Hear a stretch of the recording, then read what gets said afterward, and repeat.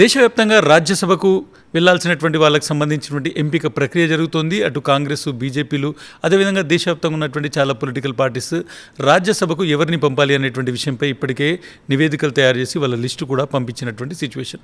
ఈ నేపథ్యంలో ఆంధ్రప్రదేశ్ నుంచి రాజ్యసభకు ఎవరు వెళ్ళాలి అనేటువంటి దాని మీద ఒక ఇంట్రెస్టింగ్ ఫ్యాక్ట్ బయటకు వచ్చింది. ముఖ్యంగా ఆంధ్రప్రదేశ్లో ఉన్నటువంటి 4 రాజ్యసభ అభ్యర్థులకు సంబంధించి 3 తెలుగుదేశం పార్టీ నుంచి ఒక అభ్యర్థిని జనసేన ఇప్పటికే నామినేట్ చేసినటువంటి సిచ్యువేషన్. సో ఈ అభ్యర్థులు ఎవరు, ఎందుకు వీళ్ళను నామినేట్ చేశారు, ఎందుకు వీళ్ళను రాజ్యసభకు పంపుతున్నారు అనేటువంటి ఇన్ఫర్మేషన్ చూస్తే చాలా ఇంట్రెస్టింగ్ ఫ్యాక్ట్స్ అందులో కనబడుతున్నాయి, ఇంట్రెస్టింగ్ విషయాలు అందులో ఉన్నాయి.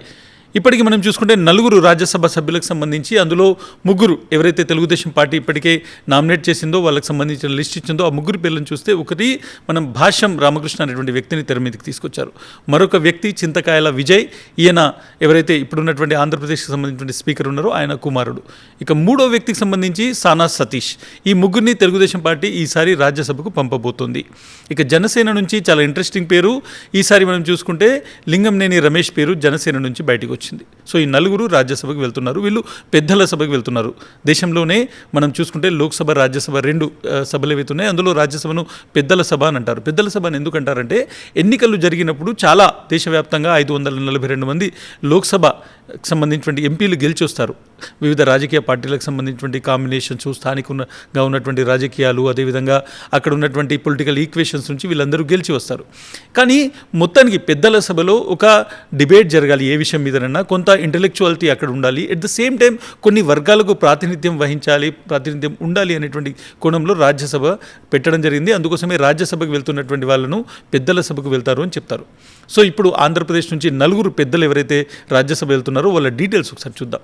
ముఖ్యంగా ఈసారి ఒక ఈక్వేషన్ ఉండే, నిజంగానే ఇప్పుడు మహిళా బిల్లుకు సంబంధించి ఎన్డీఏ మహిళా బిల్లును తీసుకొచ్చింది. ఎన్డీఏలో భాగస్వామ్యమైనటువంటి టీడీపీ మహిళా బిల్లుకు సంబంధించినటువంటి స్ఫూర్తిని తీసుకొని ఈసారి ఖచ్చితంగా ఒక 30% అంటే అట్లీస్ట్ 25% అన్న తీసుకొని ఒక మహిళకు రాజ్యసభకు పంపిస్తారు అనేటువంటిది ప్రతి ఒక్కరు ఊహించారు. తెలుగుదేశం పార్టీలో చాలా ఎక్కువగా మహిళలకు ఈ ఎక్స్పెక్టేషన్స్ ఉండింది. కానీ ఈసారి ఎవరు కూడా మహిళలు పెద్దల సభకు పోవట్లేదు. కేవలం ఎన్డీఏలో ఉన్నాము, మేము మహిళలకు ఇది చేస్తాం అది చేస్తామని ప్రకటించేటువంటి తెలుగుదేశం పార్టీ ఈసారి రాజ్యసభకు మహిళల్ని ఎవరిని పంపడం లేదు. ఎందుకంటే చాలామంది పెద్దల్ని అక్కడికి పంపాలి, చాలామంది ఇంపార్టెంట్ వ్యక్తులను అక్కడికి పంపాలి అనేటువంటి ఉద్దేశంతో మహిళలకు ఇవ్వలేదు అనేటువంటిది ఒక ఎక్స్పెక్టేషన్ కావచ్చు, లేకుంటే ఒక భావన కనిపిస్తుంది. మరి మహిళల్ని కూడా కాదని చాలామంది పెద్దల్ని ఎవరైతే పంపుతున్నారో ఆ పెద్దలకు సంబంధించినటువంటి బ్యాక్గ్రౌండ్ ఒకసారి చూద్దాం.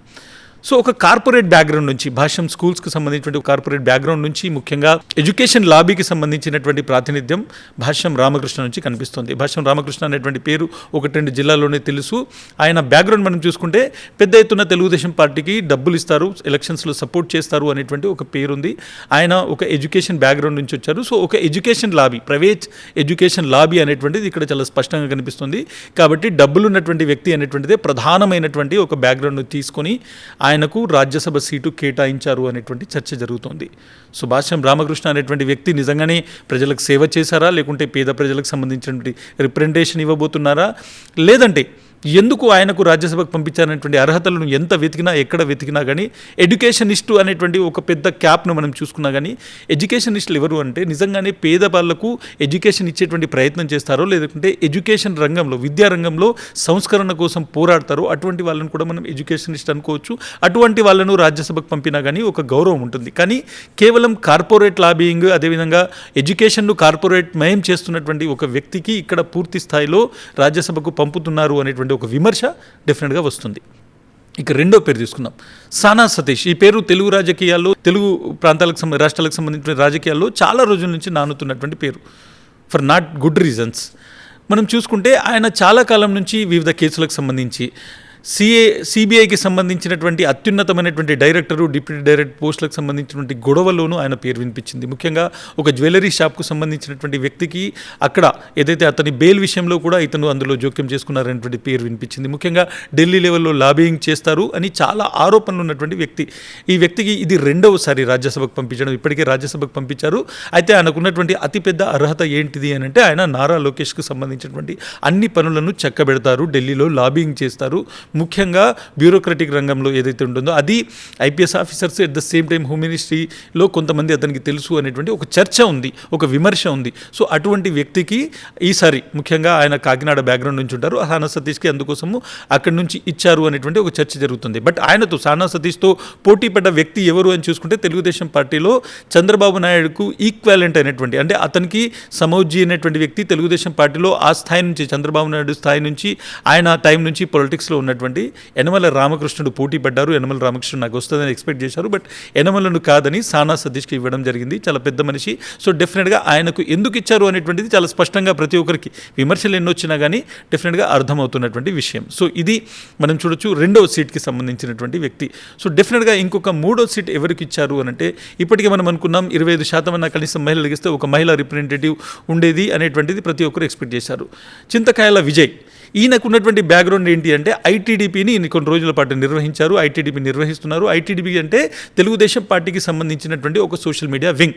మనం చూడొచ్చు Telugu Desam party social media wing పైన చాలా విమర్శలు వచ్చాయి. గతంలో మనం చూసుకుంటే మహిళలకు సంబంధించి విపరీతమైనటువంటి వాళ్ళ మీద అబద్ధాలు రాస్తారు, వాళ్ళకు సంబంధించినటువంటి పరువును భంగం కలిగించేటువంటి ప్రయత్నం చేస్తారు. వాళ్ళ ఎవరైతే మహిళలు ఉన్నారో వాళ్లకు సోషల్ మీడియాలో వాళ్ళను పరువును బజార్కిచ్చేటువంటి పని చేస్తుందనేటువంటి చాలా విమర్శలు ఐటీడీపీ మీద ఉన్నాయి. ఈ ఐటీడీపీని రన్ చేస్తున్నటువంటి వ్యక్తి చింతకాయల విజయ్. సో ఇతనికి మనం చూడొచ్చు పెద్దల సభకు పంపిస్తున్నప్పుడు ఒక బ్యాక్గ్రౌండ్ మనం వెతుకుతాము, ఒక బ్యాక్గ్రౌండ్ చూస్తాము, అర్హతలు చూస్తాము. సో ఇక్కడ చింతకాయల విజయ్కి ఉన్నటువంటి అర్హత ఏంటంటే ఆయన ఐటీడీపీని రన్ చేశారు. ఎవరైనా కావచ్చు, సోషల్ మీడియాను రన్ చేసేవాళ్ళు, సోషల్ మీడియాను చూసేవాళ్ళు, ముఖ్యంగా సోషల్ మీడియాను ఫాలో అయ్యే వాళ్ళు ఎవరైనా కావచ్చు. గత 5-6 ఏళ్ల నుంచి ఐటీడీపీ అనేటువంటి వింగ్ ఎట్లా పనిచేస్తుంది, ముఖ్యంగా 2024లో తెలుగుదేశం పార్టీ అధికారంలోకి వచ్చిన తర్వాత, కూటమి అధికారంలోకి వచ్చిన తర్వాత ఐటీడీపీ పనితీరు కూడా చాలా స్పష్టంగా కనిపిస్తుంది. అతని లాంగ్వేజ్, అతను ఎలా మాట్లాడతాడు, అతని భాష ఏంటిది అనేటువంటిది మీరు యూట్యూబ్ కావచ్చు, లేకుంటే ట్విట్టర్, ఫేస్బుక్లో ఓపెన్ చేసి చింతకాయల విజయ్ పేరు కొట్టి ఆయన పబ్లిక్ స్పీచెస్ చూస్తే ఆయన లాంగ్వేజ్ అనేటువంటిది డెఫినెట్గా అర్థమవుతున్నటువంటి సిచ్యువేషన్. సో ఇది ముగ్గురు తెలుగుదేశం పార్టీ నుంచి రాజ్యసభకు వెళ్తున్నటువంటి వాళ్ళకి సంబంధించినటువంటి బ్యాక్గ్రౌండ్. ఇక చాలా ఇంట్రెస్టింగ్గా ముఖ్యంగా జనసేన నుంచి ఒక వ్యక్తిని, లింగంనేని రమేష్ అనేటువంటి వ్యక్తిని ఇప్పుడు రాజ్యసభకు పంపిస్తున్నారు. సో ఈ లింగంనేని రమేష్ ఎవరు అని అంటే, ఈయన పేరు ముఖ్యంగా చాలా పెద్ద ఎత్తున తెలుగుదేశం పార్టీతో అసోసియేట్ అయినటువంటి వ్యక్తి. తెలుగుదేశం పార్టీ ఆయనకు చాలా కాలంగా ఆయన తెలుగుదేశం పార్టీకి సపోర్ట్ చేస్తున్నారు, ఫైనాన్షియల్గా బ్యాక్గ్రౌండ్లో ఉన్నారు. అదేవిధంగా కిచెన్ క్యాబినెట్ అని ఉంటుంది ఒకటి, కొంతమందికి ముఖ్యంగా ఎక్కడైతే లాబీయిస్టులు ఉంటారో వాళ్ళను కిచెన్ క్యాబినెట్గా పెట్టుకుని వాళ్ళ ద్వారా డబ్బుల వ్యవహారం కొంతమంది రన్ చేస్తారు అనేటువంటి ఆరోపణలు ఉంటాయి. సో ఈయన కిచెన్ క్యాబినెట్లో లింగంనేని రమేష్ అనేటువంటి వ్యక్తి చాలా కీలకమైనటువంటి వ్యక్తిగా చెప్తారు. ముఖ్యంగా చంద్రబాబు నాయుడు ఎక్కడైతే కరకట్టలో ఉండేటువంటి ఇల్లు ఉందో ఆ ఇల్లు లింగంనేని రమేష్దే, ఆయన నేను ప్రభుత్వానికి ఇచ్చేశాననేటువంటి మాట చెప్తారు. బట్ అది చంద్రబాబు నాయుడుకు సంబంధించినటువంటి ఇల్లుగా చెప్తారు.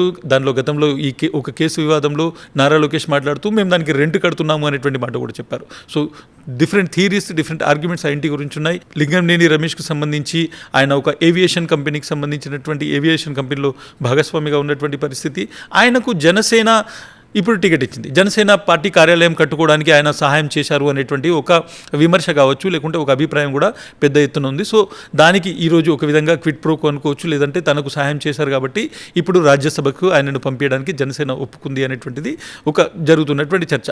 బట్ డెఫినెట్గా లింగంనేని రమేష్ తెలుగుదేశం పార్టీకి సంబంధించినటువంటి వ్యక్తి, దానికి జనసేన నుంచి ఎందుకు టికెట్ వచ్చింది, అతనికి ఎందుకు టికెట్ వచ్చింది అనేటువంటిది different political game, different ball game. అది ఎందుకంటే కూటమి రాజకీయాలు చేసినప్పుడు జనసేన నుంచి పదవులు వచ్చే వాళ్లకు తెలుగుదేశం బ్యాక్గ్రౌండ్ ఉండడం అనేటువంటిది ఇది ఫస్ట్ టైం కాదు. గతంలో కూడా ఇటువంటి అభిప్రాయాలు, ఇటువంటి ఫ్యాక్ట్స్ వచ్చినటువంటి సిచ్యువేషన్. సో ఇప్పుడు కూడా అటువంటి ఈక్వేషన్ జరిగింది. దీని వెనకాల ఏం గుడుపఠాన్ని జరిగింది, ఎక్స్చేంజ్ ఆఫ్ ఏం జరిగింది అనేటువంటిది చాలా ఇంపార్టెంట్ ఇష్యూగా మనం దీన్ని చూడాల్సి ఉంటుంది. బట్ ఈ నలుగురు వ్యక్తుల్ని మనం చూస్తే, ఈ నలుగురు వ్యక్తులు ఆంధ్రప్రదేశ్ కోసం, ముఖ్యంగా ఆంధ్రప్రదేశ్ అభివృద్ధి కోసం, ఆంధ్రప్రదేశ్కు ఫండ్స్ తీసుకురావడం కోసం, ఆంధ్రప్రదేశ్ ప్రజలకు సంబంధించినటువంటి ఏవైతే హక్కులు ఉన్నాయో వాటి పోరాటం కోసం ఏం చేయగలరు, ఏం చేస్తారు అనేటువంటిది మీరే డిసైడ్ చేయాలి. డెఫినెట్గా గతంలో కూడా రాజ్యసభకు వెళ్ళినటువంటి వాళ్ళు ఉన్నారు. రాజ్యసభకు గతంలో కూడా పొలిటికల్ పార్టీస్ పంపించాయి. ముఖ్యంగా మనం కంపేర్ చేసినప్పుడు ఆంధ్రప్రదేశ్లో ఒకటి కూటమి, రెండవది వైఎస్ఆర్సీపీ, ఈ రెండు పార్టీలను కంపేర్ చేస్తాం. మరి జగన్మోహన్ రెడ్డి ఎవరిని పంపించారు అనేటువంటి చూసుకుంటే డెఫినెట్గా అసలు రాజ్యసభ సీటు కోసము కొన్ని రాష్ట్రాల్లో అయితే 100 కోట్లు పెట్టి, చాలా తెలుగు రాష్ట్రాల్లో కూడా 100 కోట్లు పెట్టి ఆ డబ్బులతో కొనుక్కునేటువంటి ఒక సీట్లో హైదరాబాద్లో ఉండి బీసీల కోసం పోరాటం చేస్తున్నటువంటి ఒక వ్యక్తి, ఆర్ కృష్ణ అనేటువంటి వ్యక్తికి ఫోన్ చేసి జగన్మోహన్ రెడ్డి, అన్న మీరు రాజ్యసభకి వెళ్ళాలి, బీసీల కోసం మీరు పోరాడుతున్నారు, తెలుగు రాష్ట్రాల్లో ఉన్నటువంటి బీసీల కోసం, ముఖ్యంగా పక్కన ఇతర రాష్ట్రాల్లో కూడా, కర్ణాటక లాంటి రాష్ట్రాల్లో కూడా మీరు పోరాడుతున్నారు కాబట్టి మీరు రాజ్యసభలో ఉంటే మీ వాణిని బలంగా వినిపించగలుగుతారు, అప్పుడు బీసీలకు సంబంధించిన హక్కుల కోసం మీరు కాపాడగలుగుతారని కృష్ణయ్య అడగకపోయినా ఆయనకు పిలిచి సీట్ ఇచ్చినటువంటి పరిస్థితి మనం చూడొచ్చు. కృష్ణయ్యకి సంబంధించినటువంటి ఆర్థిక స్థితిగతులు కూడా తెలుసు. ఆయన చాలా సింపుల్ లైఫ్ లీడ్ చేస్తారు, చాలా కాలంగా బీసీ ఉద్యమంలో ఉన్నటువంటి వ్యక్తి. అలాంటి వ్యక్తికి జగన్మోహన్ రెడ్డి ఒక రాజ్యసభ సీట్ ఇచ్చారు. ఇంకా మనం చూద్దాం ఎవరెవరికి ఇచ్చారు అనేటువంటిది. గొల్ల బాబురావుకు సీట్ ఇచ్చారు. గతంలో మనం చూడొచ్చు గొల్ల బాబురావుకు సంబంధించినటువంటి బ్యాక్గ్రౌండ్ మనం చూడొచ్చు. ఆయన కూడా ఒక దళిత లీడరు, చాలా కాలం నుంచి పార్టీలో ఉన్నటువంటి వ్యక్తి, దళితుల కోసం మాట్లాడేటువంటి వ్యక్తి. ఆయనకు పిలిచి రాజ్యసభ సీట్ ఇవ్వడం జరిగింది. వీళ్ళకి మాత్రమే కాదు, మనం చూడొచ్చు బీసీ లీడర్స్ ఇంకా చూసుకుంటే మోపిదేవి వెంకటరమణకి సీట్ ఇచ్చారు. మోపిదేవి ఇప్పుడు ఆయన ఎక్కడున్నారు, ఏ పొలిటికల్ పార్టీలో ఉన్నది డిఫరెంట్ సిచ్యువేషన్ అయినప్పటికీ ఒక మత్స్యకార బ్యాక్గ్రౌండ్ ఉన్నటువంటి వ్యక్తికి, బీసీ వ్యక్తికి డెఫినెట్గా అన్న మాటకు కట్టుబడి జగన్మోహన్ రెడ్డి సీట్ ఇచ్చినటువంటి వ్యక్తి. ఇలా ఒక్కటి కాదు, రెండు కాదు, చాలా ఎగ్జాంపుల్స్ దొరుకుతాయి మీకు. మనం చూడొచ్చు పిల్లి సుభాష్ చంద్రబోస్, వీళ్ళందరికీ కూడా వీళ్ళ ఆర్థిక స్థితిగతులు ఆంధ్రప్రదేశ్లో ఎవరికి తెలియని కావు, వీళ్ళ బ్యాక్గ్రౌండ్ తెలియదు కాదు. పిల్లి సుభాష్ చంద్రబోస్ లాంటి వ్యక్తి చాలా కాలం నుంచి పబ్లిక్ పాలిటిక్స్లో ఉన్నారు, ప్రజల కోసం పోరాడుతున్నటువంటి వ్యక్తి, ప్రజల సమస్యలు తెలిసినటువంటి వ్యక్తి. సో ఇలాంటి వ్యక్తులకు గతంలో సీట్లు వచ్చేవి. వీళ్ళు రాజ్యసభకు వెళ్ళి ఎటువంటి సిచ్యువేషన్, అది బీసీ బిల్లు వచ్చినా, మహిళా బిల్లు వచ్చినా, లేదంటే ఆంధ్రప్రదేశ్కు సంబంధించినటువంటి హక్కులకు సంబంధించినటువంటి ఇష్యూ వచ్చినా, స్పెషల్ స్టేటస్ లాంటి స్పెషల్ కేటగిరీ, స్పెషల్ స్టేటస్ లాంటి ఇష్యూస్ వచ్చినా వీళ్ళు చాలా ఫర్మ్గా నిలబడి పోరాడతారు అనేటువంటి నమ్మకంతో, ఆయా వర్గాల కోసం నిలబడతారు అనేటువంటి ఉద్దేశంతో జగన్మోహన్ రెడ్డి ఇలాంటి వాళ్ళకి సీట్లు ఇచ్చేవారు. ఇప్పుడు ఈ 4 సీట్లు ఎవరికి ఇచ్చారు అనేటువంటి చూస్తే సో డెఫినెట్గా మనకు అర్థమవుతుంది. కార్పొరేట్ లాబింగ్, అదేవిధంగా Delhi kind of bureaucratic lobbying, mining చేసేటువంటి వాళ్ళు, ఇటువంటి వాళ్లకు సీట్లు దొరుకుతున్నాయి అనేటువంటిది చాలా స్పష్టంగా ఒక పెద్ద విమర్శ వస్తుంది. సో డెఫినెట్గా మహిళలకు సీట్లు ఇవ్వలేదు, మహిళా రిజర్వేషన్ గురించి మేమే ఛాంపియన్స్ అని చెప్పుకునేటువంటి వ్యక్తులు. సో వీళ్ళు ఎందుకు ఇప్పుడు ఇవ్వలేదు అంటే కేవలం ఒకటి, తెలుగుదేశం పార్టీకి సంబంధించి ఒక జనరేషనల్ లీడర్షిప్ అనేటువంటి చేంజ్ డిఫరెంట్గా కనబడుతుంది. ఇందులో నారా లోకేష్ ఎవరైతే ఉన్నారో ఆయనకు సంబంధించినటువంటి వ్యక్తులు ఎవరైతే ఉన్నారో వాళ్లకు సీట్లు దొరుకుతున్నాయి. చంద్రబాబు నాయుడు హయాం నుంచి ఉన్నటువంటి వ్యక్తులు ఎవరైతే ఉన్నారో, అది వర్ల రామయ్య కావచ్చు, లేదంటే యనమల రామకృష్ణుడు కావచ్చు, ఇలాంటి వాళ్ళ కథ ముగిసిపోయింది అనేటువంటిది ఈ సీట్లను బట్టి చూస్తే అర్థమవుతుంది. రెండోది, కార్పొరేట్ లాబింగ్ ఉండాలి, పెద్ద ఎత్తున డబ్బులు ఉండాలి, అధికారం ఉండాలి, ఢిల్లీ లెవెల్లో పనులు చేసి పెట్టే వాళ్ళు ఉండాలి. ఇటువంటి వాళ్లకు పనులు అంటే అది రాష్ట్ర ప్రయోజనాల కోసం చేసేటువంటి వ్యక్తి కావచ్చు. మనం చూడొచ్చు సానా సతీష్ బ్యాక్గ్రౌండ్ చూడొచ్చు, లేదంటే లింగంనేని రమేష్ లాంటి వాళ్ళ బ్యాక్గ్రౌండ్ చూడొచ్చు. వీళ్ళు ఎటువంటి పనులు చేయగలుగుతారు అనేటువంటిది డెఫినెట్గా పబ్లిక్ అందరికీ తెలుసు. సో ఇటువంటి నేపథ్యంలో వీళ్లకు సీట్లు దొరుకుతున్నాం అనేటువంటిది, ఏ విధంగా పెద్దల సభకు వెళ్తున్నటువంటి వాళ్ళు ఆంధ్రప్రదేశ్ ప్రజల కోసం పోరాడతారు అనేటువంటిది మనం ఎక్స్పెక్ట్ చేయొచ్చు. సో డెఫినెట్గా ఈ 4 ఇప్పుడు రాజ్యసభకు వెళ్ళబోతున్నారు. సో ఈ 4 ప్రజల కోసం ఏం చేస్తారు అనేటువంటిది తెలుగుదేశం పార్టీ, జనసేన వాళ్ళు చెప్పాల్సినటువంటి సిచ్యువేషన్. బట్ డెఫినెట్గా ఓవర్ ఏ పీరియడ్ వీళ్ళకు సంబంధించినటువంటి 6 సంవత్సరాల పీరియడ్ ఉండబోతుంది. 6 సంవత్సరాలు వీళ్ళు రాజ్యసభలో ఒక విధంగా సభ్యులుగా ఉండబోతున్నారు, అధికారం వీళ్ళకు ఉండబోతుంది. వీళ్ళు ఏం చేస్తారు అనేటువంటిది భవిష్యత్తులో ప్రజలే చూస్తారు. ఆ తర్వాత ఇప్పుడు తీసుకున్నటువంటి డెసిషన్స్ మీద ప్రజలు డెఫినెట్గా ఒక నిర్ణయానికి వచ్చి ప్రజలు కూడా ఒక రోజు తీర్పు చెప్తారనేటువంటిది మనం ఎక్స్పెక్ట్ చేద్దాం.